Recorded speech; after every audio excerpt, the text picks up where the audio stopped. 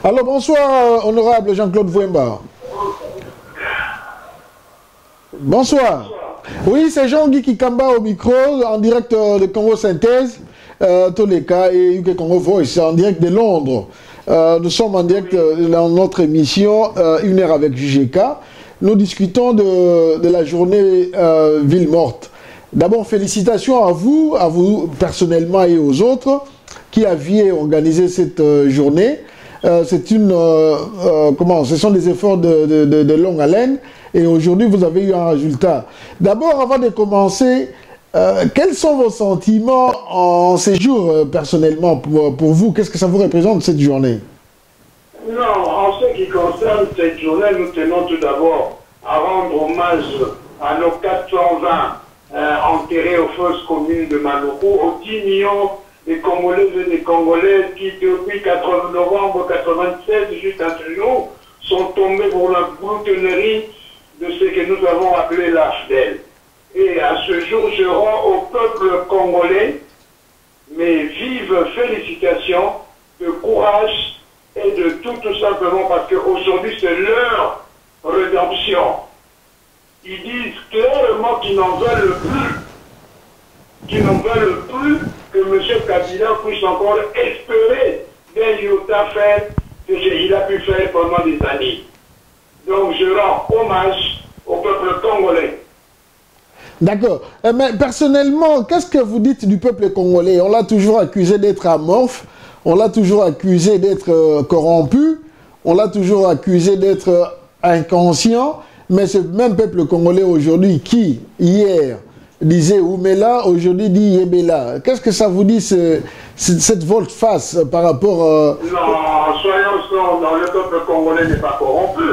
C'est une certaine classe politique qui est corrompue, qui a commencé à partir de la Seconde République, et maintenant, malheureusement, pendant la Seconde République, ils étaient que des amateurs. Maintenant, nous avons affaire à des professionnels de la corruption jusqu'à la moelle épinière. Comment voulez-vous vous rendre compte que des gens qui sont au pouvoir et qui travaillent pour la nation, en même temps qu'ils puissent faire des bénéfices par rapport à la nation? Mais c'est grave.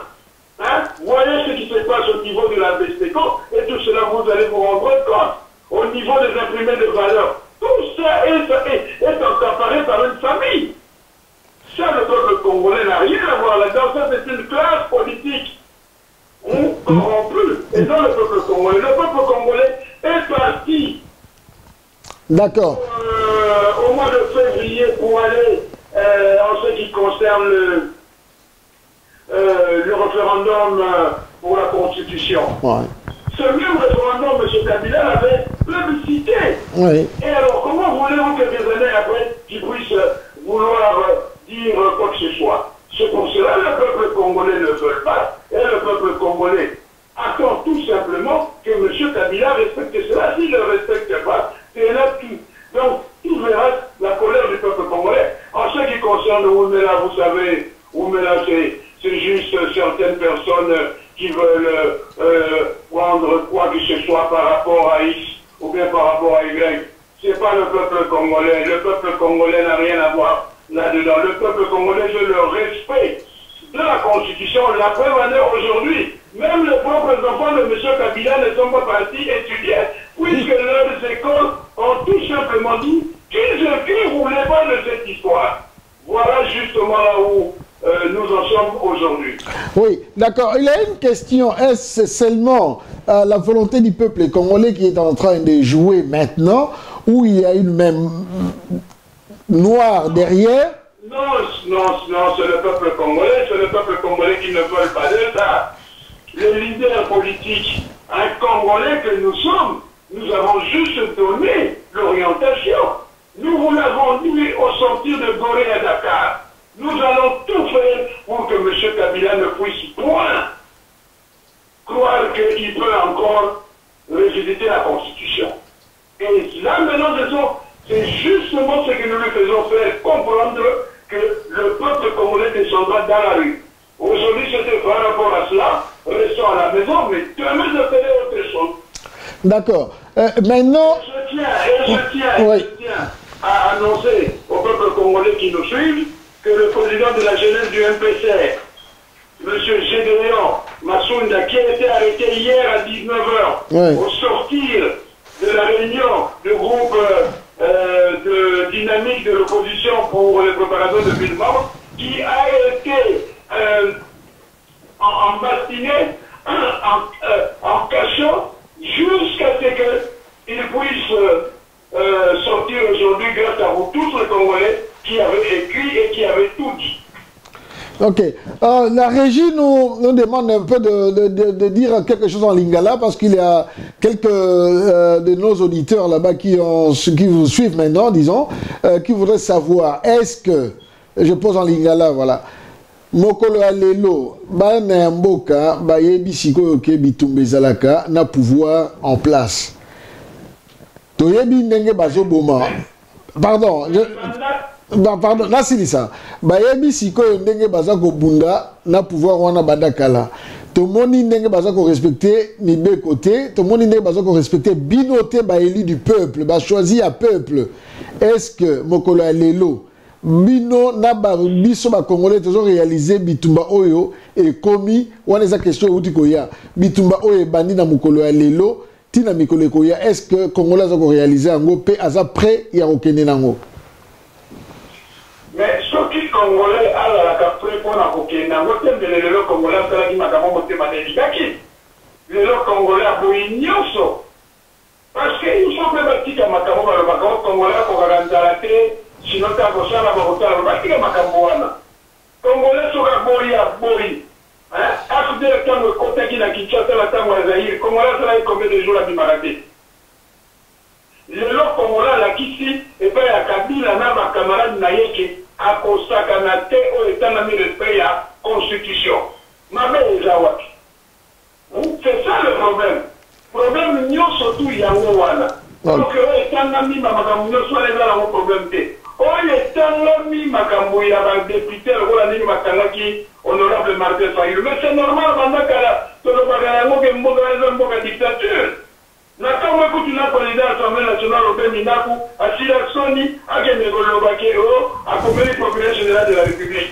est-ce que procureur général de la république doko asokipaka na makambo ya bamilitaire yonke asokipaka na demia asende mpe ya mokonzi ya oyo etangami mokonzi ya bamapinda oya kinaki colonel wana aya kokanga bango yango bomoni baza kosala bongo na parlement mpona nini bakosala bongo na parlement mpona bayebi ke makambo nyonso ebandaka na parlement bobosana te na mois de janvier ntango tokutani na parlement oyo tobandaki makambo na parlement oyo ti dynamique ekotamaki ezalaki na parlement donc lelo lisusu oyo balingi babana koaffaiblir biso mpona otobango tosala boye te ntango toza kozonga le 15 mars makambo nyonso tokobimisa yango soki tokotikela bango tokobimisa peuple na balabala eve mokolo peuple akozwa satisfaction.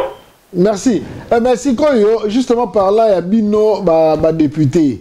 Bakangaki honorable Martin Fayulu, Betaki honorable Tebateba, Sali Boye, Bakanga Misusu, honorable Mouyambo, honorable Diomindongala. Mettre aux la constitution un article 107 et lobby que Bakogi Kokanga élu du peuple T, sauf en cas il y a flagrant délit. Wana izali mibe que l'obami na constitution. Il y a lobby ou bien Balobaka, Azalaki a même qui nouvelle démocratie, donc Azali quand même synonyme, il y a qu'on respecte la constitution.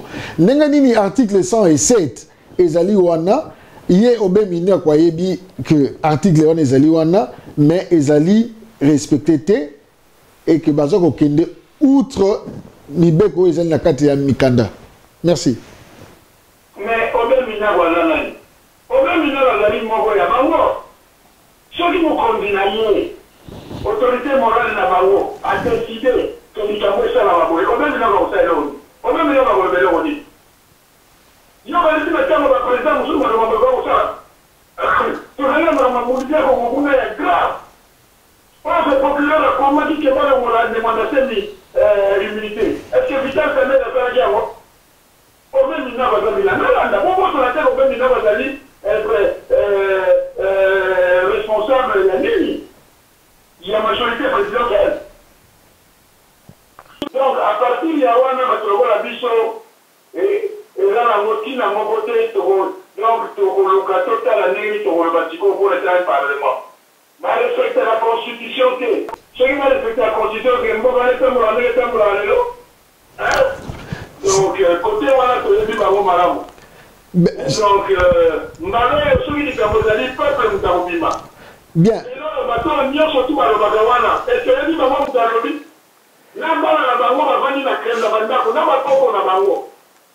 d'accord. Si on mon pépé bandi boye, on à croire et bandi mon pépé soulèvement malembe eza lokola ndenge balobi nzoko atelemaka malembe banda ki na Kigali na finale ya Chan et comme ici na journée ville morte mais tozaliti décembre oyo ngonga na ye ya solo ekosila. Est-ce que tozela ngonga na ye sila ou bien bana ya mboka bacha musukusuku ndenge balobaka kokoti pe ko ya kata etelite kondo maréchal alobaka mur ou pas mur devant la force de l'ouragan un fruit tombe quand même. Donc est-ce que pona yo pona bana ya mboka mupepango ekendeti na suka ou bien tozelana? Mais tant que à respecter constitution à mon déjà n'est pas ou à mon n'est pas soyez pas dans la matamaka pour aller dans matani ni que ma kota na banda ya ba hein pour aller basali ya moto donc les Cambodgiens ni kamani ni telo ni kambuke to respecter constitution et si il est revendication à Congo le loyo aux la député aux la sénateur aux la peuple congolais aux la nyonso constitution. Tant que la constitution est respectée, nous pouvons aussi nous azati. Nous avons dit que le président du tribunal, il y a un état qui a dit ça. Notre congrès général, il y a tous les avocats, le président, surtout il y a un bureau, il faut ressortir. Sinon, jusqu'à nous allons toujours il y a Makabouya. Bien, si koyo ndenge tozo kende boye na ndenge zali normalement soki lokola moi mobulu ezali tina suka tina décembre tozo risquer tozala na pouvoir ya sikati. Est-ce que bino ba parlementaire bozo ko envisager déjà nini? Est-ce que bozo ko envisager transition? Soki transition avec qui ou bien soki kozala ndenge nini? Olobi boni. Nami Jean-Claude Pointe-Bata Lobaya. Ce qui, prolongation, il y a mis le Bali, na politique à Moussalawa. Na Moukolo ya Lelo, Tokokisu Sukondi Makabila pour ma transition. Na Moukolo ya Lelo, sur une transition, il a dit Moutabokumbawo, le président Etienne Tshisekedi Wamulupa. Yé Moutabokumba, mais sorti dans l'élection, sauf qui est payé, nous nous mettons. Tokokisu Sukondi fait sa confiance na Kabila tête. Parce qu'à la constitution, qui est à mon canalité, et que la négative pour organiser le bureau à son côté. Moi, je suis à la tête que ma maman et Badi Bana, boulot pour l'élection, élection. 2 ans après, il y a mouru. Et là, on m'a dit, Moutamo a reçu ma source de transition pour la nuit. A reçu le logo, mon côté, on va pas savoir que la Moumba a Koumba Bicho, na élection. D'accord.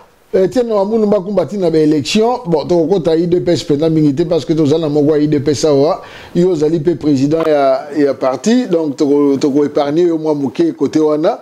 Mais là, on a tout ezali boye. Est-ce que la journée morte et bandi et silika kalelo et kobanda de temps en temps, est-ce que ekobanda kozala suivi n'appelle selon température ndenge bomoniao? Mais les stratégie va le d'accord. Na comprendre yo. Il y a stratégie, moment où il y a le Bokima. Et il y a l'État pour le Bama. Mais vous voyez, l'opposition est allée parler dans Nyoso. Ce qui pouvoir la limiter, c'est que la constitution où il y a le Bokima. Ok. Parce que même la constitution est une émission que tout le monde peut mais la Moukinyo soit pas pour le Kaya pour la zone de dictature d'Amboka. Ok. Si honorable, bana mboka bazako talela bino, bana mboka bazako landa bino, bana mboka bazako yokela bino. Kongo yango na ikomi na eloko moko lokola nini mapinga na biso ya RDC. mosala nango nini mapinga na biso ekote misa bendele ndenge nini nalingaka koloba makambo ya mapinga na kati ya libanda ya hémicycle te parce que nazali parlementaire il faut na respecter ba institution mosusu. OK, d'accord. Ngai na kotikala na bino na tout droit na démocratie na cadre ya constitution oyo ngala respectaka nazali lokola ba miziki te baza ko respecter eloko moko te boluka bo continuer na bango te. D'accord. Merci mingi. Lelo tolinga tozwa kaka impression na yo na journée ya lelo mais lokola tozuyomba la liboso na émission oyo vraiment merci mingi et merci na muta recommandaki biso yo pe pour Digbo oyo azali kuna na Canada oyebi oyo asala la biso pe musala mingi mais tokotikala en contact tokobongisa émission mobimba oyo tokoparler sur partie na bino et yo personnellement et de parler sur quelques politiques et surtout sur l'avenir il y a RDC ce qui au moni yango malamu après émission bien lobby to lukato bongisango au lobby boni kona ngai tangu nyonso peuple congolais lukaka ngai ya mona kangai. D'accord, merci go pona liloba na biso apoko lelo pour to continuer ngongi bandi ko poussana ozana 2 3 4 minutes na yo oyo ko pesa message en tant que leader en tant que chef à parti en tant que Congolais, Tozo Yokayo. Merci. Nalingi koloba kaka boyi. Nalingi kosenga bino merci. Na ndenge bati nyonso boza na libanda. Diaspora. Résistant combattant. Bomoni bien que tango tobandi ko bele la bino. Que bino na ba moi 1 franc, 1 livre, 1 dollar, 1 euro. Oyo boza na yango.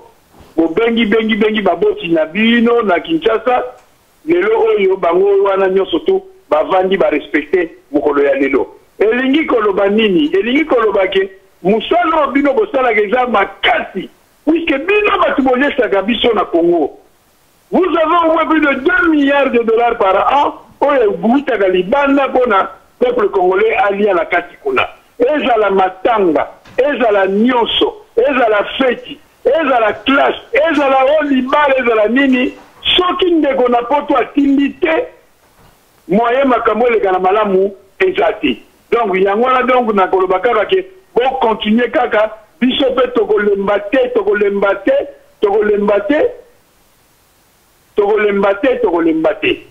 donc na bino nyonso merci mingi. Merci mingi na yo honorable vraiment ndenge to soki na lombangu merci mingi na maloba na yo et pesi biso vraiment courage merci mingi na reconnaissance aux pesa na bana mboka au nom de toute la diaspora to ko senga merci mingi na bino batu bozo sala musala kuna vraiment nos encouragements les plus sincères et puis les plus patriotiques pardon bozala na makasi biso pe to tika bendelete tozala elongo lokola mama botaka bana ndetokei mais nazali na ndeko Mike alingaka loba kambu moko et pas na yo invité na ngai tozali na ye awa na podium soko ko permettre ata 1 minute ou 2 minutes pour le peuple congolais 1 minute ezalaka te atali wana nga bokozwa. Merci mi honorable avez-vous Mike. En tout cas ndeko Vwemba na sepeli esengo ezali na kati ya motema wa mais boye bake musala boza ko sala biso tu toza sima na bino mutu nyonso oyo aza kosala musala oyo ya kolibere Congo na biso boyeba ke peuple congolais place nyonso azali aza sima na bino surtout nazo insister surtout diaspora ya Angleterre bino moko boyebi tozali sima na bino et oyo ya komeka ko jouer que Congo ezwa libération te mwana ya Congo na kati Angleterre akotala makambo na ye. En tout cas longonya na musala bosali boyeba ke toza sima na bino makambo nyonso bozo kosala oyo eza kotala ke ezali kokende pona libération ya peuple congolais oyo eza kokende na intérêt ya peuple congolais boyeba ke ban Angleterre baza sima na bino longonya ndeko Vwemba longonya nanga opesa ngo pe na bandeko oyo okokutana na bango yebisa bango ke ban Angleterre tout baza sima na biso donc tokozala sima na bino toko nyonso place toko mona ke bozos lukamwa eloko toko hésiter te toko sala oyo kokozala moi possibilité na biso pour toi encourager bino puisque musala bozo sala bino bozo sala kuna biso pe il faut to compléter o biso to sala bino pe il faut bo compléter ngo kuna. En tout cas courage et puis Nzambe azala toujours na bino et puis na bakoko na biso na bande ko na biso ba bomi pour na mboka na biso bango tout bazala na sima na bino. Merci mingi honorable. Oui. Oui.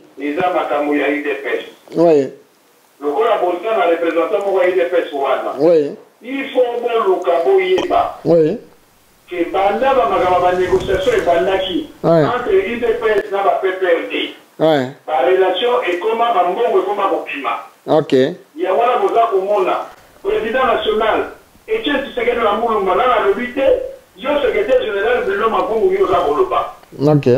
Boza ko préciser peuple parce que c'est grâce le 16 février 1992 que le président Etienne Tshisekedi a combattu Makasi et a combattu respecter la mort à la Bissouane.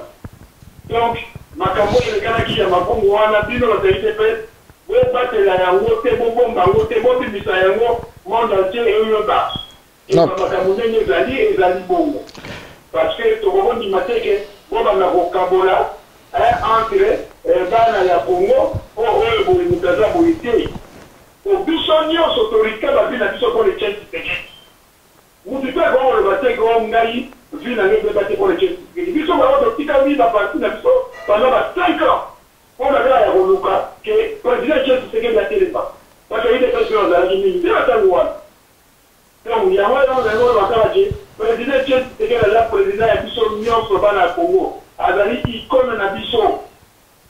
Oh, Nyon sur tout, n'est-ce que Zalia ou n'est-ce que comment on va le dire que Kimbangu. Toujours nyonso moko okima batia la biso nyonso ba congolais nengi Etienne Tshisekedi biso nyonso tozona bo moko oye akotatike la biso ezoloba respect na vérité ya démocratie yango ndeko vwemba na monike omonaki ndeko mokonzi o biso nyonso tolobi ke toza nsima na ye Etienne Tshisekedi alakisaki ke ye nde aza mokonzi alakisaki ke Bruno Mavungo biloko aza kosala ezalaki ye te moto atindaki yango mais malheureusement yo ozali awa te me bandeko ebele oyo bazali awa bayokaka nga ndenge nalobaka oyo nga nalobaka yango nde eza kosalema et puis oyo ndeko Etienne Tshisekedi aza nango na plan eza ndeko makambo oyo ndeko Bruno Mavungo aza kosala te. La preuve lelo ezali palpable mutoko wanga nango azali te mais tokoyebisa bino il faut bozala na makasi biso tout toza nsima na bino. Merci Mingi. Okay. Merci. Merci Mingi, honorable, merci Mingi. Ici Jean-Guy Kikamba en direct de Londres. Na Rosalana, on a contact en tout cas le plus tôt possible. Comme ça, tu continues à programmer Rosala. C'est jour à Kito Gessika Rosali. En tout cas, Moli Mwabakoko. Merci, merci beaucoup, honorable. Ok. Allez, bye bye.